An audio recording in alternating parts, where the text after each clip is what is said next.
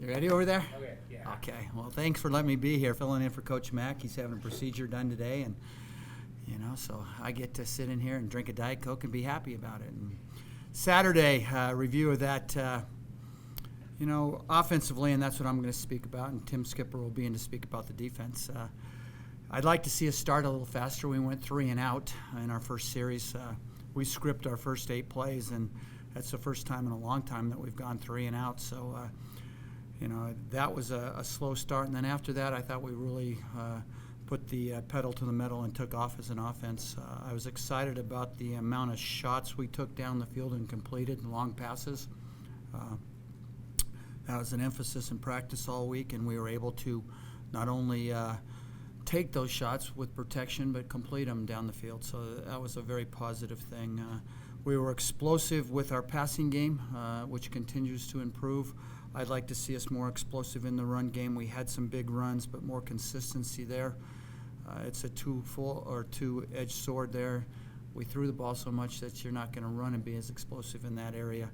But for us to be a balanced offense is what we try to achieve, and that's what I'd like to see. So that was Saturday. I went home and cut my lawns afterwards and scooped the dog stuff just like every human being does in America. So it was good to be home on Saturday and then watch football. Did you watch that Boston College game? I watched the Boston College game. Yes, I did. And I went from being very happy to saying they're a damn good football team. And we have 2 weeks to prepare, but it's really not about them. Again, it's about us. When you looked at us coming off that football field, whoever we played, it's our execution. Our first third down we drop.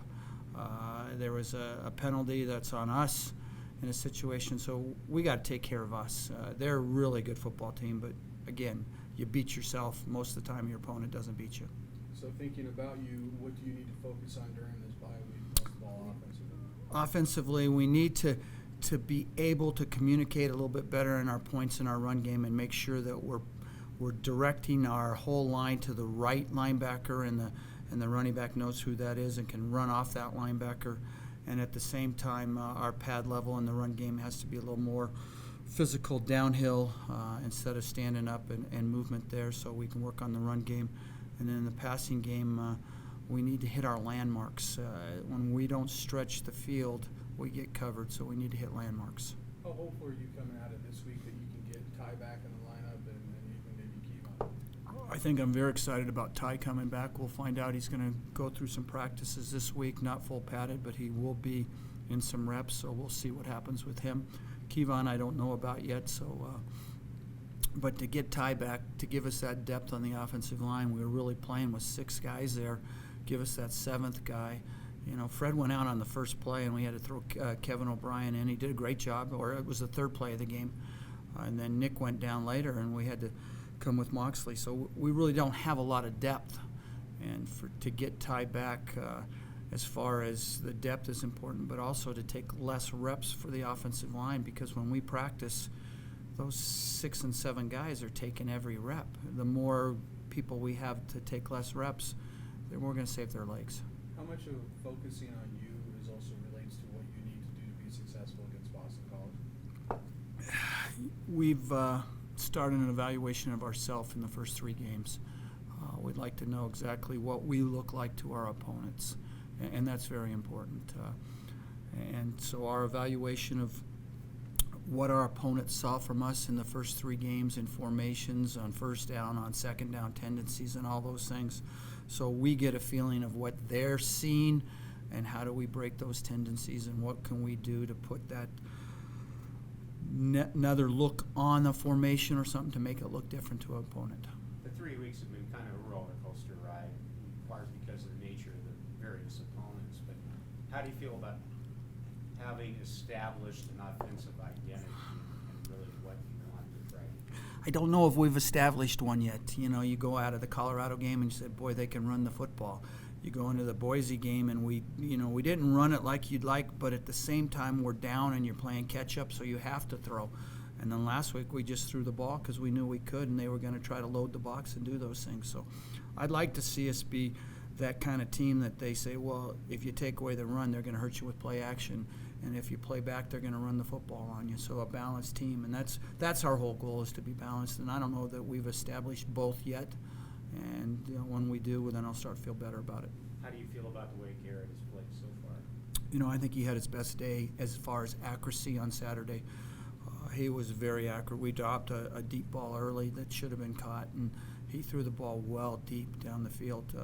I think it was just his feeling comfortable in the system and knowing where the ball should go and who to read and getting it off. So I thought he had his best day as far as accuracy and leadership and making things happen with his feet. Disappointed, critical minus when we're going to get sacked, but it's time to hold on to the ball there, and that's one of the negatives that he's had, and we've got to work hard on ball security, letting go of the ball on that third down, and then pushed us out of a decent field goal range, made it tougher on our field goal kicker. If we get sacked or throw the ball away, we've got an easier field goal attempt, so we got to hang on to the ball at the quarterback position. How about the waves of running backs you're going to use? We've got 3 of them playing, and you sort of look for a hot hand, and I thought Jarrell's was probably a little hotter than the other 2 to begin with, and then definitely at the end, Jason Odom was a talented back. So we have 3 backs, and they're a 1-2 punch in 10 and 3, and then a bigger punch in 6 when he comes in. So I like that. It's our 1-2-3 punch, and who knows who's going to play. I like the competition there. One catches the ball a little bit better, one hits the ball downhill better, and the other guy can do all of them. So it's a good combination. At this point of the season, Bryce came in late and got some carries. Is that your way of saying you'd like to try and redshirt Ron if you can? We have 3 other backs that are getting some reps in our system and the whole deal like that, but we would like to be able to say that, game 5 or 6, you can make a decision on that. It's too early. It's only 3. We got a bye week. So he knows he hurt an ankle early, and that slowed him down. He showed a lot of explosion. But, the same thing is that there's only 1 running back playing in our system with 2 tight ends. So, who knows yet. Game 5 or 6, we'd like to be able to tell him. Not yet. It's too early. You had some questions coming in because you had some new players. Obviously, the 4 offensive linemen, new tight ends that you've been forced to play with Keelan being out. What's pleasantly caught your eye, and maybe you think you're a little bit further ahead in that area than you might not have expected, and where are you behind, maybe? Well, I thought we were behind without Kevon stepping down, and when you look at Peralta and Stephen Walker and Danny Nwosu and Jordan White, none of those guys had ever played a major college down on offense. One had been in junior college, so we were behind. And the physicality of the game is something that tied in that we'd like to be a strong point, and Crockett Gilmore was definitely there. So we lacked that. We're getting better at that position. I think they're all learning the system, the emotions, the adjustments they have to make, because the tight end is our versatile guy. He lines up in the backfield. He lines up as a wide out. He goes in motion. He's got receiver routes. He's got tight end routes, and he's got running back protections. So they're catching up. I think we're making progress there. I think Stephen Walker's catching the ball and is a threat down the field, filled in for Kevon in that aspect.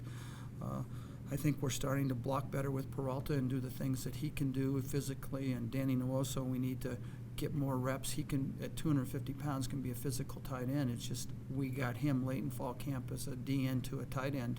So, and then Jordan White has probably been the biggest surprise because he was a wide out, and a year ago at this time I would have said he's probably never going to be a tight end, and he will be a very, very valuable H for us.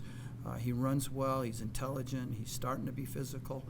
I'm excited about his progress, and that's what game experience does for young men. That once they can play, they start to feel better about themselves. How about your O-line, though? What have they shown you? Well, Jake Bennett, And you still need to work on? I think Jake Bennett's proved that he can be a great player in this league, and his leadership and his direction, because we put a lot of pressure on a young center to make all the calls, and he's doing a great job there. And then Freddie coming off playing the guard position, not really had played that, and he shows physicality and nastiness up there. You like that demeanor of an offensive lineman. He's not a nasty player. He's just a physical, go-get-you type of player, and so we like that. You know, and then Sam Carlson has been the biggest surprise playing at the tackle position. His great feet.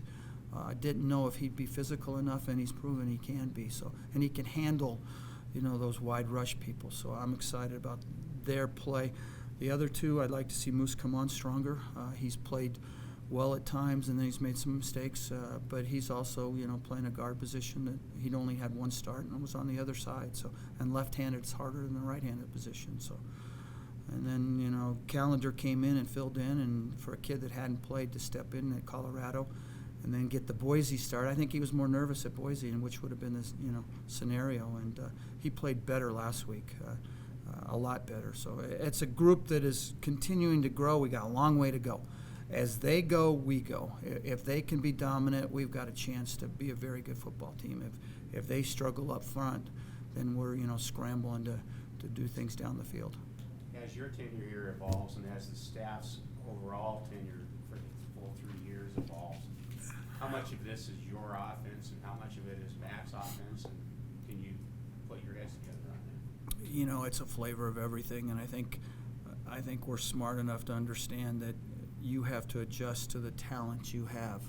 You know, I think at Alabama you could line up and say you were going to pound it against anybody and stay in a game and have great defense. Well, here we're going to have to explode on offense and do things, and you see very creative formations with us, which I don't think they'd allow back there. We show a lot more formations. A lot of the play action and everything's the same. We're trying to flavor things and look different, but football doesn't change. You're trying to run inside, outside zone and play action and throw the quick passing game, and that's what we're about. You could see a lot of him, but from what he did for Nick Stevens when he was in there, was he able to, once he got some game experience, show you something that maybe you didn't see in practice? You know, and I, as a play caller, you know, in that scenario, I knew we wanted to play him, and you're up, and you'd like to run the ball because you're not. I've been on the other side when it gets lopsided, and you don't want to throw the football because you don't want to do anything. But at the same time, we needed Nick Stevens to throw the football. We needed to have him make some throws and feel comfortable. And he was accurate for 3 for 3. He was on target with his reads. He really hit a hot read when they brought an inside pressure, and he hit it to the back right away, which is what you'd like to see, because in a scenario of a young kid, normally he goes through his reads and forgets about the picture of linebackers blitzing, and he did a nice job there. Made a run check the right way. So on his technique grade, you know, I wasn't as happy with his overall grade. It was 100%. He did what he was supposed to do. I'd like to see his technique get better with his footwork, his steps, and all those accuracy, but I was pleased with Nick. Curiosity question. John Freisman, I know he's scout team for you right now. One of the things that Art talked about is he needs to gain some weight to really become an H-back tight end for you. Is that hard for him during the season? Is that something that can be accomplished during the season, or is that more an off-season thing? It'll be in the spring. It's hard to say that a young freshman's coming in who's going to lift 4 times a week, who's going to class and doing all the things he's never done, and then has to go to the scout team and run as much as he's got to do. We need to get him in a program in the spring where he's eating so many calories a day, lifting the right way, and he can run, and we're excited about that, but he needs to be 230, 235 in that area instead of 210, 215 for a tight end. And if he can do that, then, you know, he can stretch the field. He's faster than any Kevon and all those guys, so he can stretch the field. So there's an excitement there, but at the same time, you know, it's our job, the strength job, the weight room, everybody to get him bigger. What does he need to focus on then right now to be ready that when he has a size, maybe gets a chance? His role as a scout team player to make our defense better. Whatever they ask of him, whether it's, you know, playing in the backfield, moving out to wideout, whatever it's asked, to play the role of who the opponent is to make us better so we can get to that point. And at the same time, to do the daily things, go to the weight room, go to the classroom, be disciplined, learn the discipline of a freshman, and then we'll get you bigger.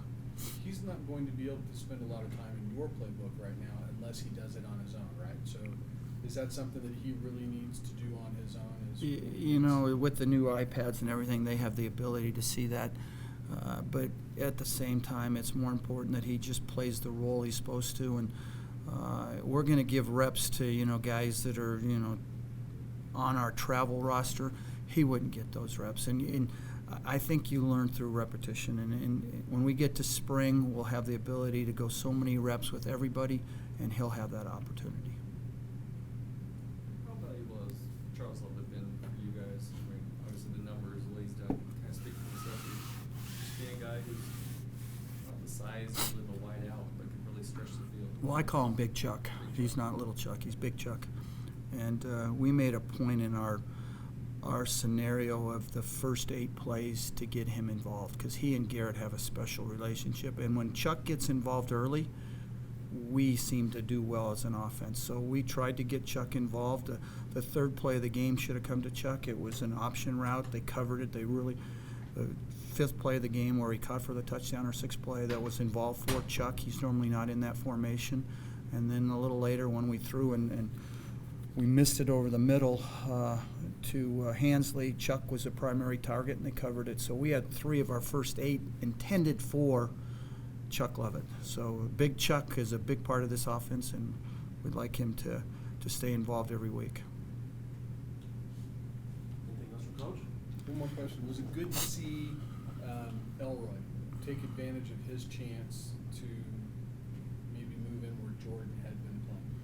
You know, that was really exciting, because he's a physical receiver that comes across the middle with a lot of tenacity. He's not afraid to come across the middle, and we like that. And, you know, we knew he was making progress. He was doing it on special teams. It was time for us to fit him into the offense, and he played a role. He still made some freshman mistakes. He missed on going in on a formation, you know, a freshman might happen to. So that's us, is getting him 100%, but he made tremendous progress. We'd like to see the same out of Sammy Long now. I think Sammy's got that kind of talent. We need to push it. The one area I can say that we've done a great job recruiting, I think, is in the wideout position. You know, we have some talented wideouts, and Sammy and Masters and Deontay Gaines and people like that, you know, that aren't your starters, can play at this level and could be starters. But we're just fortunate to have people above them. Yep. We played well. Just a couple of plays, we got our eyes in the wrong spots, and like the first touchdown, we let some guys go loose, and it was kind of a little tricky. Some wheel routes and then a delayed route off of a block look. But our eyes have to be right, and those are things that we talked about as a defense and things we got to clean up. So as you head into the bye week, what are your focuses for your defense to kind of clean up to get ready for your next game? You know, bye weeks, this one comes at a great time. It gives us a chance to reflect on what we've done the last 3 games. We got to shore up our run fits and playing physical and putting our hands and our helmet in the right spots and keeping edges and keeping our gaps. Those are kind of the things we have a lot of emphasis on. And then just take care of our business, not worrying about what's going to happen in 2 weeks, just getting us right. So how much of taking care of your business will kind of cover what you're going to see in 2 weeks without maybe doing it against the scout team? Definitely. And, you know, Boston College, you watch a little bit of them already. They're a team that uses the quarterback, and we haven't seen a team really that emphasizes the quarterback running and passing. Boise gave us a little bit of it, but we're going to get a true test with that. We'll get a little dose of that each day in practice, but the main emphasis is just going to be clean up what we need to correct from the last 3 games. You knew going in it wasn't going to be any picnic, but when you saw that game Saturday night, did that give you a little extra? Anytime a team beats the ranked number 9 team in the country, it's going to get your attention. And they play hard. Boston College traditionally is always a team that's going to play physical. So you got to strap it up and be ready to go. Sean Johnson, Kevin Nutt, those young guys have been getting time in the secondary. Do you like having the chance to get more action in games where you're playing bigger and bigger opponents? As long as they're playing good, they're going to get out there. You know, we're constantly looking for players and matchups and things like that. So you're going to always see us always trying to keep substituting guys in and having rotations and those types of things. And each week presents a different challenge. So hopefully that can keep progressing to where they can play a lot. How encouraged are you that you might get some help with, like, the Kevin Davis coming back into the fold? Can he get healthy this week and be ready for Boston College? You know, getting Kevin would be a huge plus. You know, he's a big part of our defense, as you saw in the first game. We're kind of going to go through practice, see how it goes this week, and then we get into game week, pretty much figure out if he can go or not. I haven't really worked with him since that game week, the Colorado game, so we'll see how he is when we get back on the field tomorrow. Well, what about Schlager?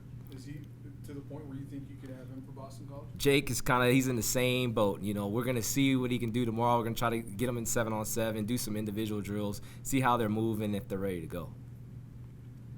Looks like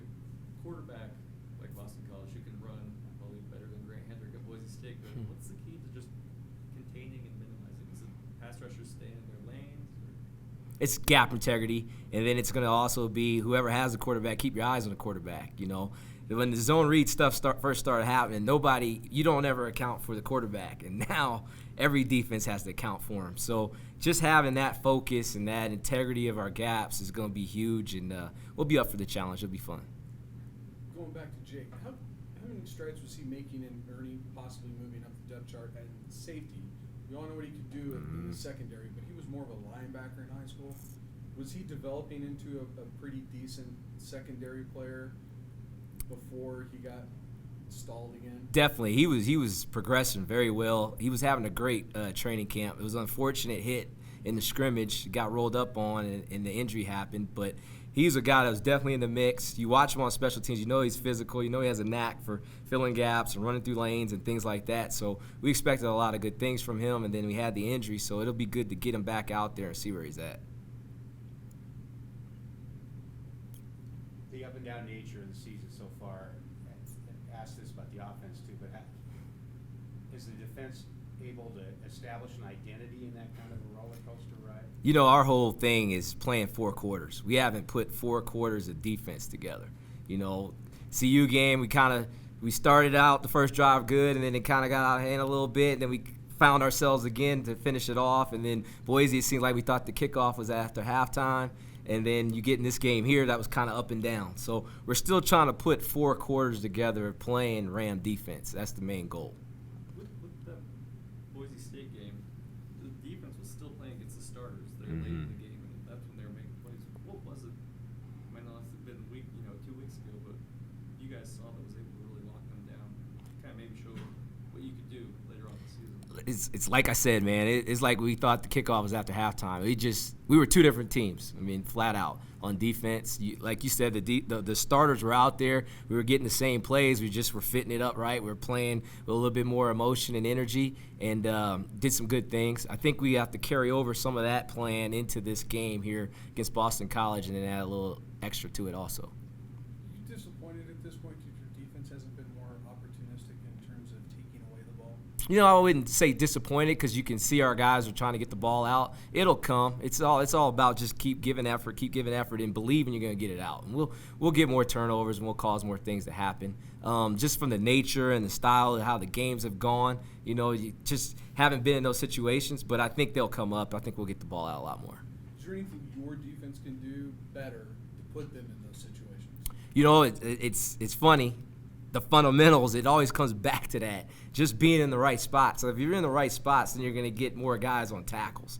But when you're not, and there's more free holes that running backs are running through or quarterbacks, you're getting one-on-one tackles, the less opportunity you have at stripping the ball out. So, and we got to do a better job disguising some looks in the back end to get quarterbacks to throw in the coverage too. So those are things we got to work on.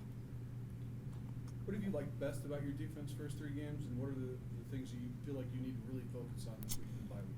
You know, with our guys, they're honed in on everything. Like, we can make corrections on the sideline. You see it happen. Just in this last game, we had a drive that was pretty bad where they moved the ball pretty easy. Then we bounced back the next drive and stopped them when they ran the same stuff. So I think that part of it, we're a lot better, whereas in years past, it would just get away from us and we couldn't catch up till the game was over. So I really like that part of it. And like I said in the beginning, we just have to get fundamentally sound and do what we're supposed to do all the time and not wait to correct it after.